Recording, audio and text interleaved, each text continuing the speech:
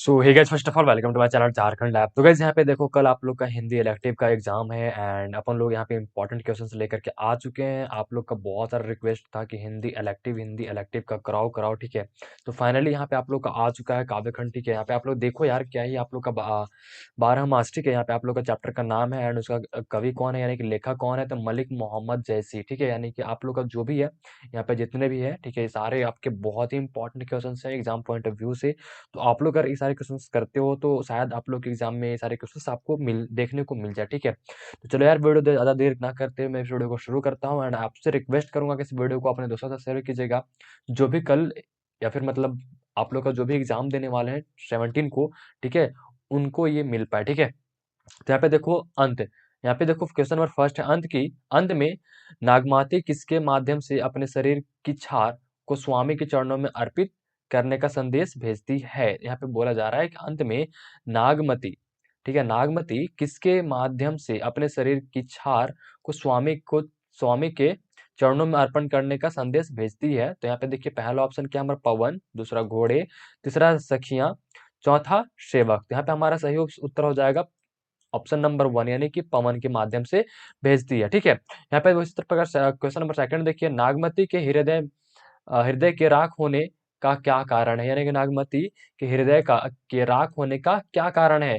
तो ग्रीष्म ऋतु, अगहन का महीना, अग्नि में जल जाना, या फिर फोर्थ ऑप्शन है रथसेन का वियोग। तो यहाँ पे इसका सही उत्तर हो जाएगा ऑप्शन नंबर फोर, यानी कि रक्तसेन का रत्नसेन का वियोग, ठीक है। उसी प्रकार से नेक्स्ट क्वेश्चन देखिए, यहाँ पे क्या बोला जा रहा है, थर्ड का आप लोग का, नागमती को खोए हुए रंग रूप पुनः कैसे प्राप्त किया जा सकता है, यानी कि नागमती का खोए हुए रंग रूप को पुनः प्राप्त कैसे किया जा सकता है, ठीक है। तो यहाँ पे देखिए, रत्नसेन के लौट आने पर, ऑप्शन नंबर सेकंड 16 श्रृंगार करने से करके, या फिर थर्ड आप लोग क्या है, सखियों से वार्तालाप करके, या फिर चौथा साज सज्जा का ध्यान रखकर। तो यहाँ पे आपका सही उत्तर हो जाएगा रत्नसेन के लौट आने पर, यानी, ठीक है। उसी प्रकार से क्वेश्चन नंबर फोर देखिए, अघन मास के महीने में नागमती ने अपने वियोग की अग्नि की तुलना किससे की है। यहाँ पे देखिए, ऑप्शन नंबर फर्स्ट क्या है आप लोग का, चकवा चकवी बिछुड़ना, या फिर दूसरा ऑप्शन है दीपक के साथ साथ बत्ती जलना, तीसरा आप लोग का भंवरे का फूल पर तड़पना, चौथा इनमें से सभी। तो यहाँ पे आपका ऑप्शन नंबर टू बिल्कुल सही समझ गया, नहीं कि आप लोग का जो है, अघन मास के महीने में नागमती ने अपने वियोग की अंतिम तुलना दीपक के साथ साथ जलने से की है, ठीक है। उसी प्रकार से क्वेश्चन नंबर फोर देखिए, यहाँ पे क्या आप लोग का बोला, सॉरी, क्वेश्चन नंबर फाइव देखिए, निम्नलिखित प्रश्नों के सही विकल्पों को चुने। 12 मास कविता के कवि हैं, यानी कि जो आपका क्वेश्चन नंबर फाइव में पूछा जा रहा है कि जो 12 मास आप लोग का कविता है, इसके कवि कौन है। यहाँ पे देखिए, विद्यापति, जयसी, धनानंद, या फिर यहाँ पे आप लोग का है विष्णु खुरे।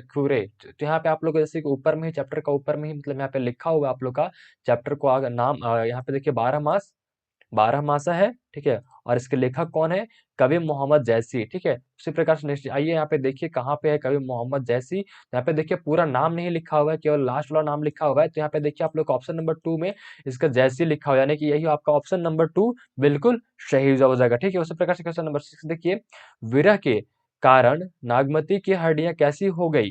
पहला, शंख के समान, दूसरा सारस के समान, तीसरा बाज के समान, चौथा पत्थर के समान। यहाँ पे उसका सही उत्तर हो जाएगा शंख के समान, ठीक है। यानी कि जो है ना, विरह के कारण नागमती की हड्डियां शंख के समान हो गई, ठीक है। इसी प्रकार से क्वेश्चन नंबर सेवन में ये नेक्स्ट क्वेश्चन, नागमती के शरीर को हिंसक दृष्टि से कौन देख रहा है, नागमती के शरीर को हिंसक दृष्टि से कौन देख रहा है। रत्नसेन के शत्रु, विरही रूपी बाज, विरह रूपी बाज, तीसरा सारस के जोड़ा, या फिर चौथा सखियां। यहाँ पे देखिए क्या है इसका सही उत्तर, ऑप्शन नंबर टू इसका बिल्कुल सही हो जाएगा कि नागमती के शरीर को हिंसक दृष्टि से विरह रूपी बाज देख रहे हैं, ठीक है। उसी प्रकार से क्वेश्चन नंबर एट में आइए, यहाँ पे देखिए, पूस के महीने में नायिका के शरीर पर क्या प्रभाव पड़ता है, यानी कि पूस के महीने में नायिका के शरीर पर क्या प्रभाव पड़ता है। तो ठंड से सिकुड़ गया है, ज्वरग्रस्त हो गया है, थर थर कांप रहा है, कमजोर हो गया है।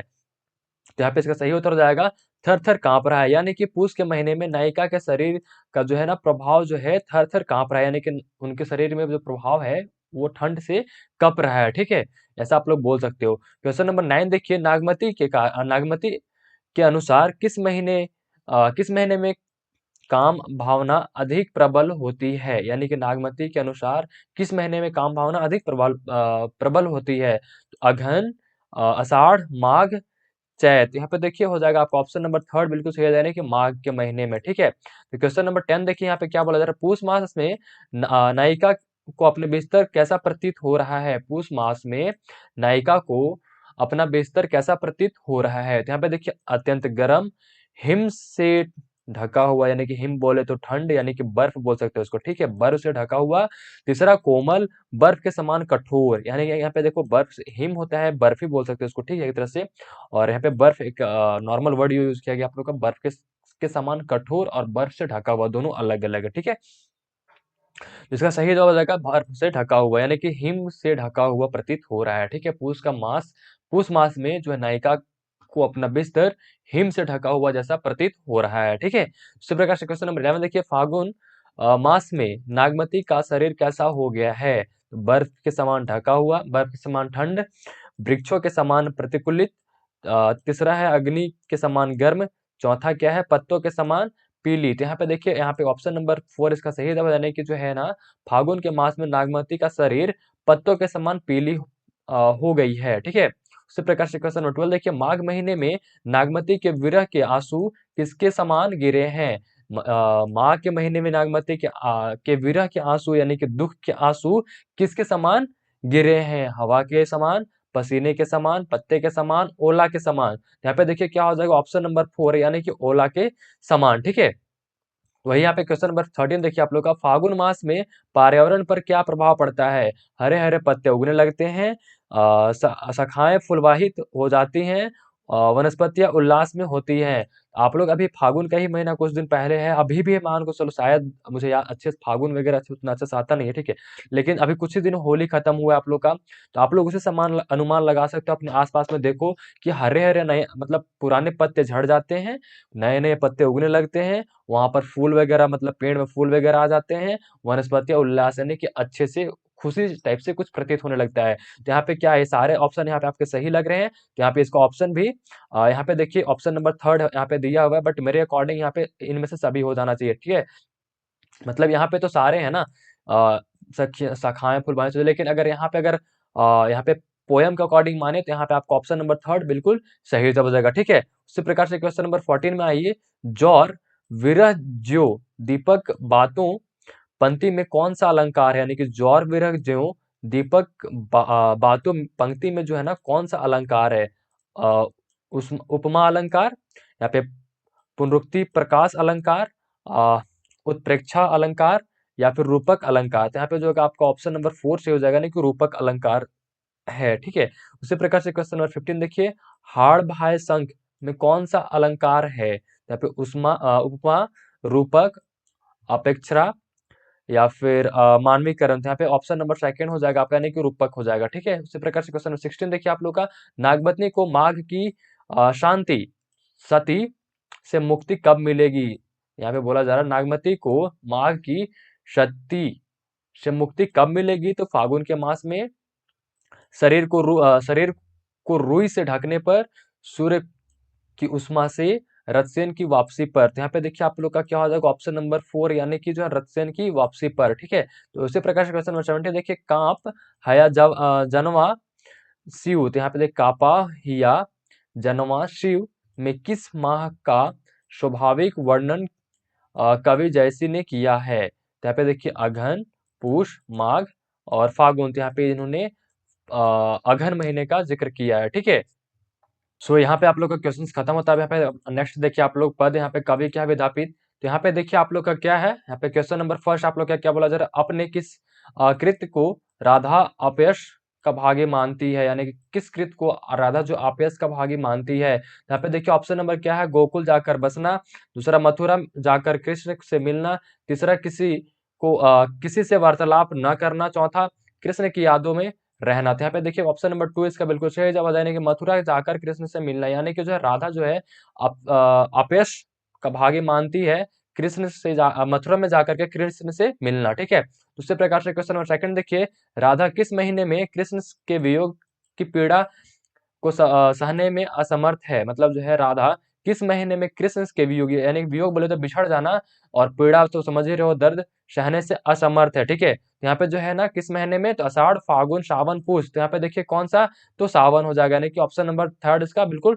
सही जवाब हो जाएगा। उसी प्रकार से क्वेश्चन नंबर थर्ड देखिए, यहाँ पे कृष्ण के प्रेम को पूर्णता को कौन प्राप्त कर चुका है। तो गोपियां, राधा की सखियां, राधा, इनमें से कोई नहीं। यहाँ पे देखिए पूर्णतः जो है ना, पूर्णतः बोले तो पूर्णतः यहाँ पे पूरा, ठीक है, पूरा कौन प्राप्त कर चुका है। तो यहाँ पे देखिए ऑप्शन नंबर 4 इसका बिल्कुल सही जवाब है, इनमें से कोई नहीं, ना तो गोपियां, ना तो राधा की सखियां, ना तो राधा। ठीक है, तो यहाँ पे ऑप्शन नंबर 4 इसका बिल्कुल सही जवाब हो जाएगा। यहाँ पे देखिए क्वेश्चन नंबर 5 क्या बोला जा रहा है, कवि नायिका को कृष्ण के किस माह तक वापस आ जाने का संभावना देते हैं। मतलब कृष्ण किस माह तक वापस आ जाएंगे, कवि कब कहते हैं, मतलब कौन से मास तक में आ जाएंगे। तो पूष माह से, भादो में, श्रावण में, कार्तिक में। तो यहाँ पे जो है ऑप्शन नंबर 4 आपका बिल्कुल सही जवाब है, कार्तिक में। ठीक है, उसी प्रकार से क्वेश्चन नंबर 6 देखिए,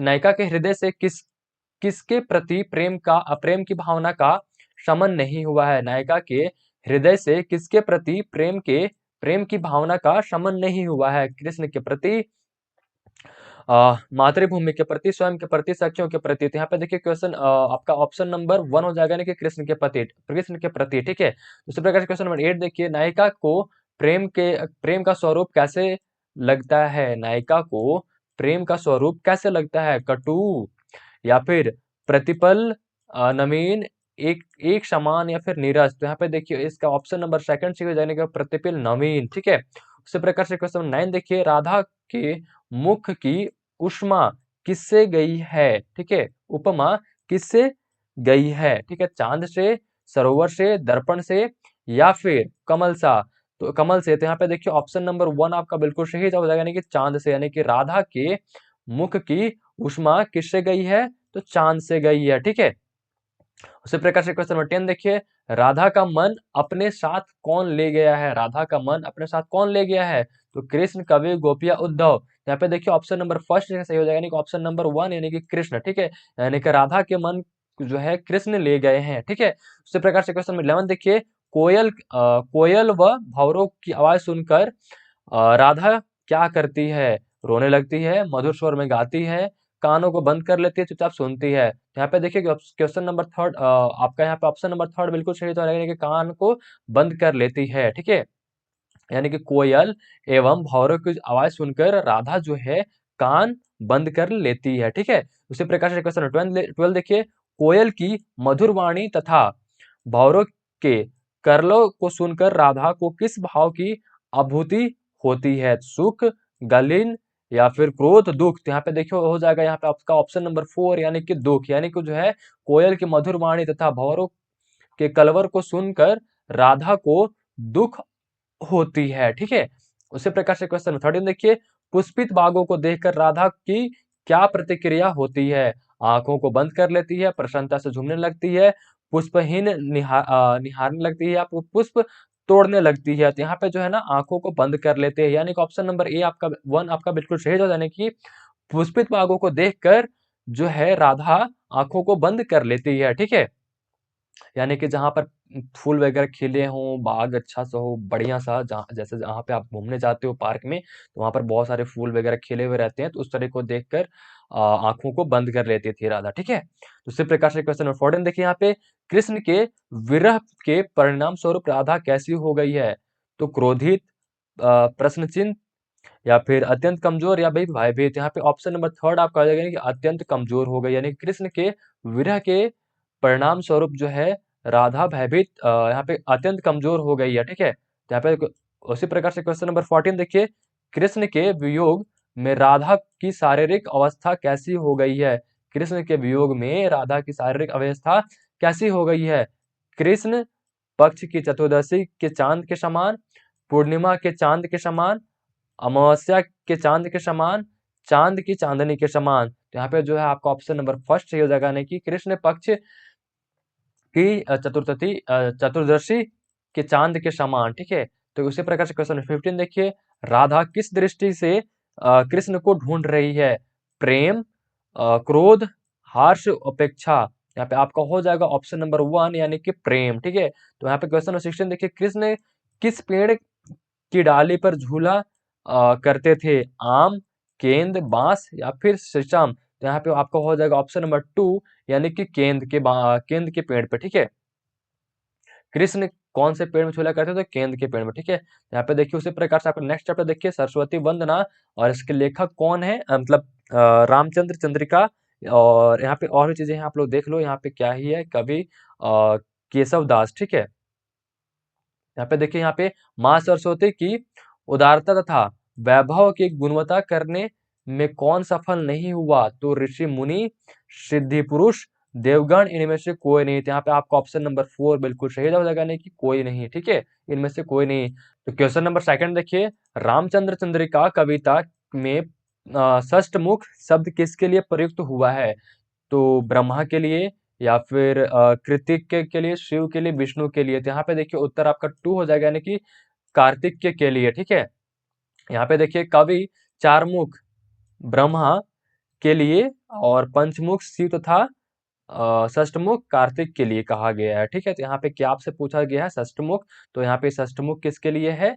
देखिए, षष्टमुख कार्तिक के लिए कहा गया है। और कवि चारमुख किसके लिए कहे हैं? तो ब्रह्मा के लिए। पंचमुख किसके लिए कहे हैं? तो शिव के लिए कहे हैं, ठीक है। तो और षष्टमुख जो है कार्तिकेय के लिए। तो आपसे यहाँ षष्टमुख के लिए पूछा गया है, तो यहाँ पे इसका सही उत्तर कार्तिकेय हो जाएगा, ठीक है। और अगर आपसे एग्जाम में पूछ जाए कि चारमुख किसके लिए कहा गया है, तो ब्रह्मा के लिए। आपसे एग्जाम में पूछ दे पांचमुख किसके लिए कहा गया है, तो आप बोलोगे शिव के लिए, ठीक है। तो यहाँ पे क्वेश्चन नंबर 3 देखिए आप लोग, निम्नलिखित प्रश्न के सही विकल्प चुने। रामचंद्र चंद्रिका कविता के कवि कौन है? तो विद्यापति, विष्णु खैर, केशव दास या फिर जयसी। तो यहाँ पे देखिए आपका ऑप्शन नंबर 3 से हो जाना है कि केशव दास। तो यहाँ पे ऊपर में भी आप लोग का दिया हुआ है, यहाँ पे आप लोग देख सकते हो कवि कौन है, तो केशव दास है, ठीक है। तो यहाँ पे उसी प्रकार से यहाँ पे नीचे आते हैं आप लोग, क्वेश्चन नंबर 4 में यहाँ पे देखिए, यहाँ पे केशव दास, ठीक है। तो क्वेश्चन नंबर 4 आप लोग देखिए, देवी सरस्वती की उदारता के गुणों क्यों नहीं किया जाता? गुणगान क्यों नहीं किया जाता, ठीक है। देवी सरस्वती की उदारता का गुणगान क्यों नहीं किया जा सकता? तो यहाँ पे देखिए, उत्कृष्ट कवि दृष्टि न होने के कारण, क्लिष्टता के समावेश के कारण, नम्रता के संचार के कारण, या शब्दावली का चयन न कर पाने के कारण।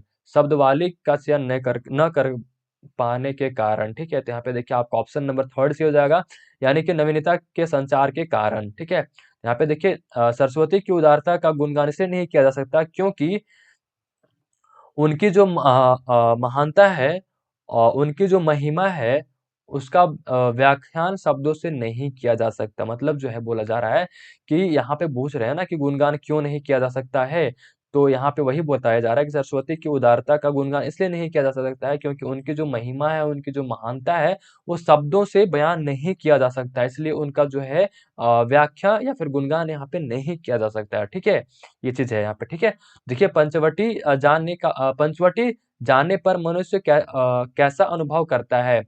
असीम सुख का, असीम दुख का, असीम एकाकीपन का, या फिर असीम हानि का। तो यहाँ पे जो है ना ऑप्शन नंबर फर्स्ट आपका सही हो जाएगा कि असीम सुख का, यानी कि पंचवटी जाने पर जो है मनुष्य असीम सुख का अनुभव करता है, ठीक है। उसी प्रकार से क्वेश्चन नंबर 6 देखिए, कवि ने पंचवटी की तुलना किससे की है? कवि ने पंचवटी की तुलना किससे की है? शिव के गुणों से, पुष्प के गुणों से, पार्वती के गुणों से, या फिर इनमें से सभी। तो यहाँ पे देखिए ऑप्शन नंबर फर्स्ट आपका सही हो जाएगा, यानी कि शिव के गुणों से किया है, ठीक है, की है यानी पे, ठीक है। देखिए, पंचवटी की तुलना शिव की जटाओं से की गई है, यानी कि जो है पंचवटी की तुलना जो है शिव की जटाओं से की गई है, ठीक है। इस बात का याद रखिएगा आप लोग, ठीक है। इसमें ये भी पूछा जा सकता है कि पंचवटी की तुलना शिव की जटाओं से की गई है, या फिर कुछ भी क्वेश्चन थोड़ा सा घुमा के आपसे पूछा जा सकता है कि किसके जटाओं से की गई, पंचवटी की तुलना किसके जटाओं से की गई। इस प्रकार से भी प्रश्न पूछे जा सकते हैं आपसे, ठीक है। तो क्वेश्चन नंबर 7 देखिए, पंचवटी में निवास करने वाले जीवों की कौन सी इच्छा घटती है? तो देखिए, प्राकृतिक आनंद लेने की इच्छा, प्रतिक्षण मृत्यु की इच्छा, जीवन जीने की इच्छा, योग साधना करने की इच्छा। तो यहाँ पे आपका ऑप्शन नंबर 2 सही हो जाएगा, यानी कि प्रतिक्षण मृत्यु की इच्छा। ठीक है, उसी प्रकार से क्वेश्चन नंबर 8 देखिए, पंचवटी में पहुंचकर व्यक्ति किससे दूर चले जाते हैं? तो देखिए, अपने आत्मिक सुख से, अपने परिवार जाने से जनों से, कृष्ट आदि अवगुणों से, भौतिक सुख सुविधाओं से। तो यहाँ पे देखिए आपका ऑप्शन नंबर 3 सही होगा, यानी कि आपको जो है यहाँ पे बोला जा रहा है कि पंचवटी पहुंचकर व्यक्ति किससे दूर चले जाते हैं? तो कष्ट आदि अवगुणों से, यानी कि कष्ट आदि अवगुणों से वो दूर हो जाते हैं। कहाँ जाने से? तो पंचवटी में जाने से, या फिर पंचवटी पहुंचकर। ठीक है, उसी प्रकार से क्वेश्चन नंबर 9 देखिए आप लोग, क्या बोला जाए, पंचवटी पहुंचते ही व्यक्ति के पास कैसे समाप्त हो जाते हैं, मतलब पाप कैसे समाप्त हो जाते हैं। ठीक है, देखिए, पांच वटों के दर्शन से, सीता माता के मात्र दर्शन से, शिव के पवित्र प्रभाव से, श्री राम के प्रभाव से। तो यहाँ पे जो है आपके पूरे चैप्टर में जो है क्या किसके बारे में बात किया गया है? तो आप लोग देखो यहाँ पे क्या बोला जा रहा है, ऑप्शन नंबर 4 में देखिए, श्री राम के पावन प्रभाव से। ठीक है, उसी प्रकार से क्वेश्चन नंबर 10 देखिए आप लोग, रामचंद्र चंद्रिका कविता के अनुसार श्री राम रावण से किस गुण से श्रेष्ठ है? श्री राम रावण से किस गुण में सर्वश्रेष्ठ है? तो पराक्रम, शक्ति, भातृत्व, इनमें से सभी। तो यहाँ पे जो है ना सभी से, यानी कि ऑप्शन नंबर 4 आपका बिल्कुल सही जवाब हो जाएगा। ठीक है, उसी प्रकार से 11 देखिए, अंगद द्वारा रावण को समझाने के पीछे कौन सा भाव निहित है? ठीक है, मतलब रावण, अंगद द्वारा रावण को समझाने के पीछे कौन सा भाव निहित है? किसी प्रकार के युद्ध को समाप्त करने का, श्री राम की शक्ति और उनके पराक्रम का ज्ञान कराने का, रावण को नीचा दिखाने का, अंगद द्वारा अपनी शक्ति का प्रदर्शन करने का। तो यहाँ पे आपका ऑप्शन नंबर 2 हो जाएगा, यानी कि उत्तर 2 हो जाएगा वो इसका। ठीक है, श्री राम की शक्ति और उनके पराक्रम का ज्ञान कराने का। ठीक है, उसी प्रकार से क्वेश्चन नंबर 12 देखिए आप लोग, उन बाधिकों बाधिके बाद करी पंक्ति से क्या अभिप्राय है? यानी कि जो है उन बारिधि बाधिके बाद करी पंक्ति से क्या अभिप्राय है? राम ने सागर को भी बांध दिया तथा उस पर मार्ग बना दिया, हृदय में समारोपी मन बंध गया है। रावण में एक वानर भी रस्सी नहीं बंधा गया। चौथा देखिए, राम को स्वयं को राम से बांधकर उनका मार्ग देख रहा हूँ। ठीक है, मतलब एक लाइन है, पंक्ति है, उस पंक्ति का क्या मीनिंग है यहाँ पे ऑप्शन दिया हुआ है, तो उसका ऑप्शन नंबर 1 आपका सही हो जाएगा, यानी कि राम ने सागर को भी बांध दिया तथा उस पर मार्ग बना दिया। ठीक है, उसी प्रकार से यहाँ पे देखिए नेक्स्ट चैप्टर आपका क्या है, कविता है। इसका चैप्टर का नाम सेवैया है, और कवि कौन है? आप लोग का कौन है यहाँ पे देखिए, धनानंद। ठीक है, उसी प्रकार से क्वेश्चन नंबर 1 देखिए, किस अ, कवित कविता किस भाषा में लिखित है? तो ब्रिज भाषा, अवधी भाषा, मैथिली भाषा, इनमें से कोई नहीं। तो यहाँ पे ऑप्शन नंबर 1 हो जाएगा, यानी कि वज्र भाषा। ठीक है, वज्र भाषा। यहाँ पे देखिए क्वेश्चन नंबर 2 देखिए, सवैया कविता के कवि कौन है? सवैया कविता के कवि कौन है? तो विष्णु खेर, या फिर केशव दास, धनानंद, जयसी। तो यहाँ पे देखिए कौन है? तो धनानंद है। ठीक है, तो यहाँ पे आपका क्या सही उत्तर हो जाएगा आप लोग का? धनानंद, यानी कि ऑप्शन नंबर 3 आपका बिल्कुल सही हो जाएगा। ठीक है, यहाँ पे क्वेश्चन नंबर 3 देखिए, अनकानी आरसी में कौन सा अलंकार है? रूपक, उपमा, अनुप्रास, उत्प्रेक्षा। तो यहाँ पे देखिए आपका ऑप्शन नंबर 3 हो जाएगा, यानी कि अनुप्रास। ठीक है, क्वेश्चन नंबर 4 देखिए, कविता के कवि धनानंद, जयसी, विष्णुखुर, केशव दास। तो आपका जो है सही उत्तर हो जाएगा यहाँ पे धनानंद, यानी कि ऑप्शन नंबर 1 बिल्कुल सही हो जाएगा। ठीक है, उसी प्रकार से क्वेश्चन नंबर 5 देखिए आप लोग, यहाँ पे द्वारा किस कवि द्वारा किस नृतिका पर आसक्त थे? तो यहाँ पे अंजना, आंजन, ठीक है, सुजन, या फिर प्रेसी, या फिर इनमें से कोई नहीं है। तो इसका सही उत्तर हो जाएगा सुजन। ठीक है, सुजान। उसी प्रकार से क्वेश्चन नंबर जो भी क्वेश्चन नंबर थोड़ा सा इधर मिसमैच है, ठीक है, तो उसको आप लोग ठीक कर लीजिएगा।